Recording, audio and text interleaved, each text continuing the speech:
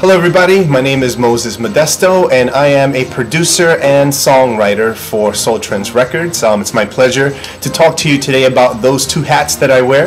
I get a lot of questions and I think there's a lot of confusion about the difference between being a music producer and a songwriter. So I wanted to share with you my ideas of what the differences are between the two.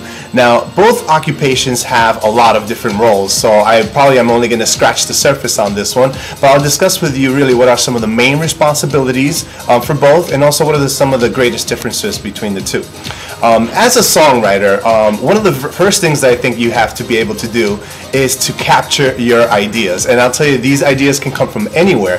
You could be walking down the street and come up with an idea. You could also be just at home. You could be doing just about anything and come up with a song idea. And you have to be very quick about having that idea down. I always have a voice-held recorder. You always have your voicemail. You maybe just a piece of paper to jot down the idea, but you have to remember your song ideas, and I think that's the key thing, one of the most principal things about being an effective songwriter. Many times songwriters are also provided with an instrumental, very similar to the song I have playing in the background, and you have to sit down and think about, okay, what's a great idea, what would go beautifully with this, what would complement this instrumental as a songwriter. Okay, so you have to go back into your voicemails, go back into your notes, and maybe even your cell phones, wherever it is that you jotted down your original ideas, and find the best idea that's going to go along with this instrumental. If, of course, you're a singer-songwriter, things are a little easier for you because you're going to write something that really excites you, something that elicits an emotion from you, and it's going to be easy for you to write for yourself. You're very well versed on what your ranges are, what your limitations are, and what your capabilities and potential are.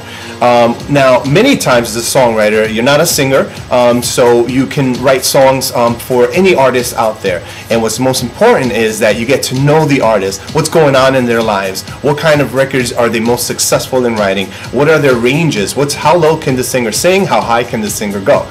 Okay, and once you have all that information and you have a great heart-to-heart with this artist, then you write a song that's customized and ready for that artist to get into the studio and really kick some butt.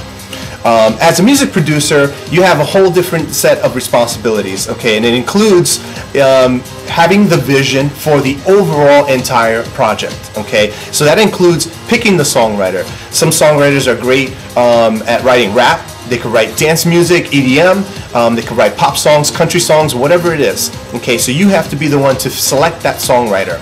Okay, the next thing is you have to decide where and how you're going to record this particular recording. Okay, so you're in charge of finding a location. If you have your own studio, that's fantastic. Right behind me I have my studio, and I have the privilege of, when I have to wear the music producer's hat, I can do it right here in my basement. Okay, and I call this the down in the basement studios for Soul Trends, and we got a lot of things going on here. So what's important is you have to be able to find the songwriter, you have to be able to find the location to record your song.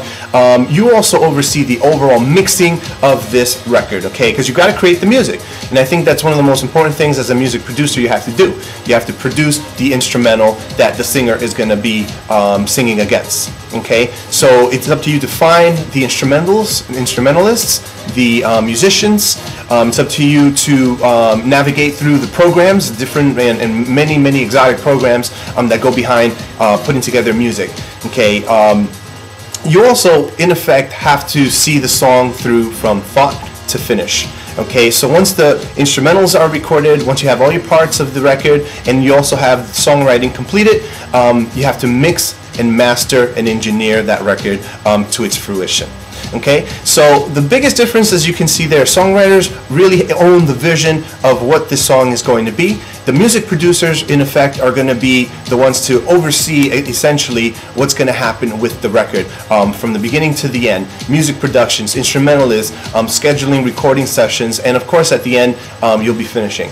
Now when you look at contracts, business contracts, which is something that I won't go into in great detail, the contracts are very different for a songwriter versus a music producer.